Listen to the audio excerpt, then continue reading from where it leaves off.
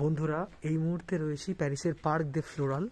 সামনেই তোমরা দেখছো আমাদের ভারতীয়দের জাতীয় পাখি একদম স্বমহিমায় বিরাজ করছে। এত সুন্দর, এত নিস্তব্ধ পার্ক, খুব ভালো লাগছে।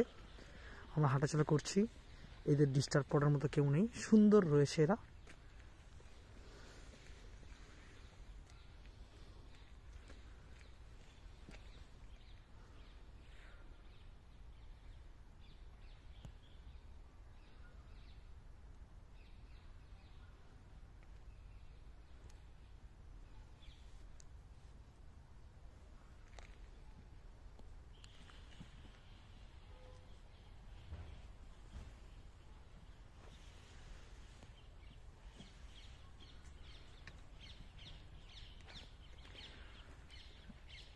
আর এই পেখমের যে কালার ময়ূরের, তোমাদেরকে আর কি বলবো।